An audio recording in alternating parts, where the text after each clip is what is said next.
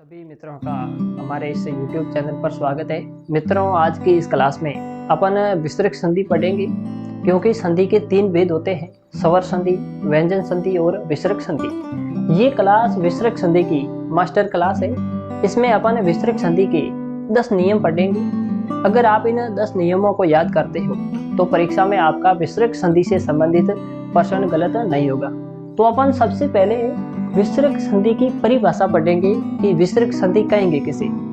तो विस्तृत संधि की परिभाषा है कि शब्द के 2 खंड होते हैं, एक होता है प्रथम खंड, एक होता है दूसरा खंड। प्रथम खंड के अंतिम वर्ण में अगर विसर्ग हो और दूसरे खंड के प्रथम वर्ण में स्वर या व्यंजन, इन दोनों में से अगर एक वर्ण हो तो क्या हो जाएगा? विस्तृत संधि हो जाएगी। यहाँ पर देखना, विसर्ग और विसर्ग के बाद अगर स्वर आ जाए तो वहां पर विस्तृत संधि होगी। यहाँ पर शब्द है दुरात्मा। इस दुरात्मा का संधि विच्छेद करेंगे तो शब्द बनेगा दुह प्लस आत्मा। यहाँ पर दे के साथ ऊ है और ऊ के साथ क्या है? विसर्ग है। और दूसरे खंड के प्रथम वर्ण में क्या है? स्वर है। तो विसर्ग के बाद अगर स्वर आ जाए तो वहां पर कौन सी संधि होगी? विसर्ग संधि होगी। इसका दूसरा विसर्ग संधि की परिभाषा का नियम है कि विसर्ग के बाद अगर क्या व्यंजन आ जाए तो वहां पर विसर्ग संधि होगी। इसका उदाहरण है सरोवर। इस सरोवर का संधि विच्छेद करेंगे तो शब्द बनेगा सर प्लस वर। यहाँ पर देखना, विसर्ग है और विसर्ग के बाद व्यंजन है तो यहाँ पर विसर्ग संधि होगी और शब्द हो जाएगा सरोवर सर प्लस वर। यहाँ पर ओ की मात्रा कैसे बनी अपन आगे नियमों के अंदर समझेंगे। अब देखते हैं विसर्ग संधि का प्रथम नियम। इस प्रथम नियम के अंदर आपको सिर्फ एक लाइन याद रखनी है, वो है ए और ए के बाद विसर्ग। और प्रथम खंड के अंतिम वर्ण में ए और ए के साथ विसर्ग होना चाहिए और दूसरे खंड के प्रथम वर्ण में से गोस वर्ण हो तो इस ए का ओ में परिवर्तन हो जाएगा। यहाँ पर देखना, से गोस वर्ण वर्गीय वर्ण का तीसरा, चौथा और पांचवा, ये रे ले वे है और से और सवर। अगर इनमें से कोई एक वर्ण हो तो क्या होगा? इस ए का ओ में परिवर्तन हो जाएगा। ये विसर्ग संधि का प्रथम नियम है। यहाँ पर देखना, ए के बाद से गोस वर्ण आ जाए तो तीसरा, चौथा, पांचवा, ये रे ले वे है और से, तो क्या होगा? इस ए का ओ में परिवर्तन हो जाएगा। यहाँ पर इसके उदाहरण समझो, अधोमुख। इस अधोमुख का संधि विच्छेद करेंगे तो शब्द बनेगा अधः प्लस मुख। यहाँ पर देखना, इस दह के साथ ए की मात्रा है और उसके बाद क्या है? ये विसर्ग है और दूसरे खंड के प्रथम वर्ण में मैं कैसा वर्ण है? से गोस वर्ण है। तो इस क्या होगा? इस ए के क्या हो जाएगा? ओ बन जाएगा तो शब्द बनेगा अधोमुख। अधे प्लस मुख बराबर अधोमुख। दूसरा इसका जो उदाहरण देखना, तपो में। इस तपो में का संधि विच्छेद करेंगे तो शब्द बनेगा तपह प्लस में। यहाँ पर तपह प्लस में इस प के साथ अ की मात्रा है और उसके बाद विसर्ग है और दूसरे खंड के प्रथम वर्ण में म कैसा स्वर है? से गोस स्वर है। तो इस ते के साथ जो अ की मात्रा है ये अ ओ में परिवर्तन हो जाएगा और प के साथ ओ की मात्रा लग जाएगी, शब्द बनेगा तपो में। तो आपको विसर्ग संधि का प्रथम नियम याद हो गया होगा। अब अपन विसर्ग संधि का दूसरा नियम पढ़ेंगे। इस दूसरे नियम के अंदर आपको सिर्फ एक लाइन याद रखनी है, वो लाइन है कि ई, बड़ी ई और छोटा ऊ, इनके बाद अगर कैसा वर्ण? से गोस वर्ण हो तो इनकी जगह क्या हो जाएगा? रे हो जाएगा।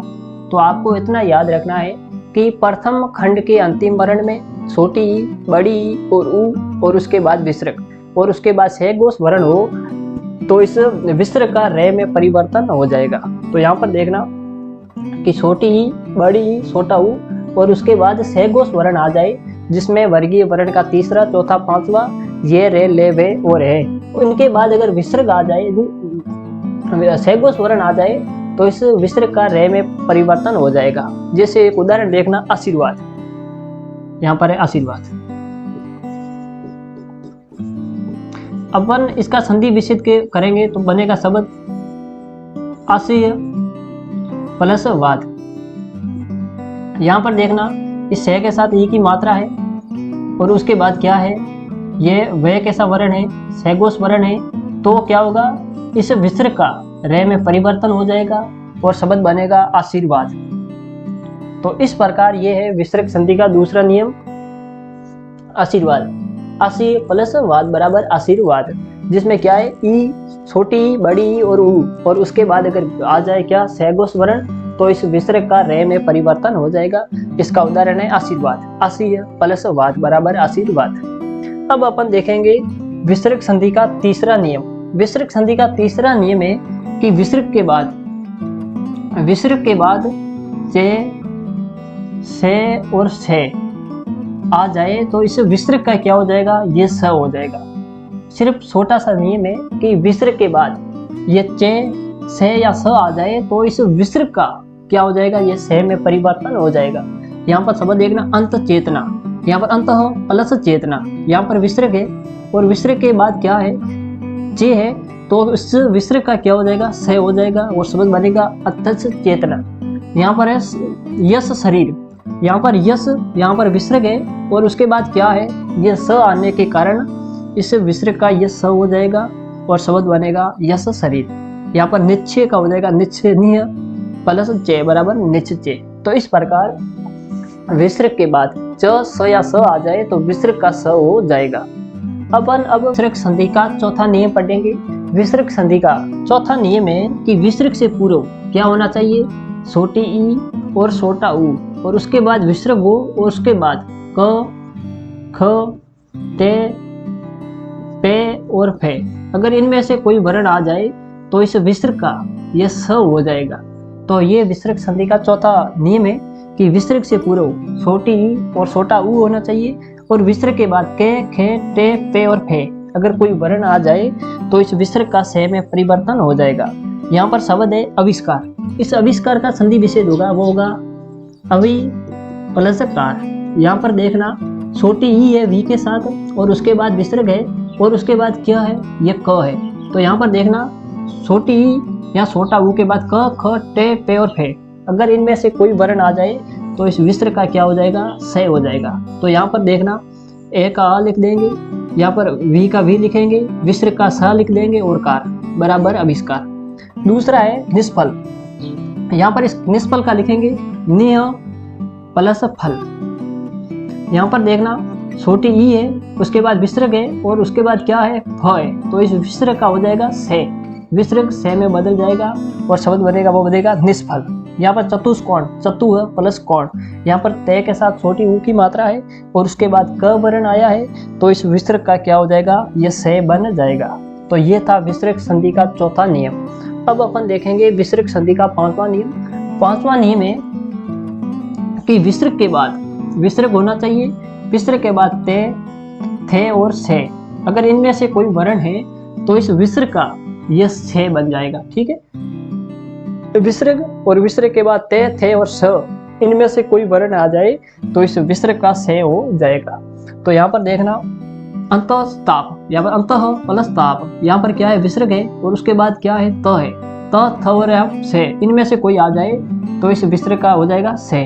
तो यहाँ पर हो गया अंतस्ताप। यहाँ पर है दुस्तर, यहाँ पर नु प्लस तर, यहाँ पर ऊ के बाद विसर्ग है, विसर्ग के बाद त है तो विसर्ग का हो जाएगा से बराबर बनेगा दुस्तर। यहाँ पर है नमस्ते, यहाँ पर होगा नमः प्लस ते, यहाँ पर त वर्ण आने के कारण से का आगम हो जाएगा, बनेगा नमस्ते नमः प्लस ते। ये हो गया विसर्ग संधि का पांचवा नियम। अब अपन देखेंगे विसर्ग संधि का छठा नियम। छठा नियम है कि अ के बाद ए को छोड़कर अगर कोई स्वर आ जाए तो विसर्ग का लोप हो जाएगा। अगर यहाँ पर अ है, अ के बाद विसर्ग है और उसके बाद अ को छोड़ करके कोई असमान स्वर आ जाए, असमान स्वर आने के कारण विसर्ग का लोप हो जाएगा। यहाँ पर देखना अंत प्लस एव, यहाँ पर त के साथ अ विसर्ग है और उसके बाद अ को छोड़कर विसर्ग आया है, अ को छोड़कर कोई वर्ण आया है तो क्या होगा, इस विसर्ग का लोप हो जाएगा, शब्द बनेगा अतएव। यहाँ पर है मन उच्छेद, मन प्लस उच्छेद, यहाँ पर क्या है, न के साथ अ की मात्रा है, उसके बाद विसर्ग है और उसके बाद असमान स्वर आने के कारण विसर्ग का लोप हो जाएगा। यह है विसर्ग संधि का छठा नियम। अपन देखेंगे विसर्ग संधि का सातवां नियम। विसर्ग संधि का सातवां नियम है कि छोटी ई के बाद विसर्ग होना चाहिए।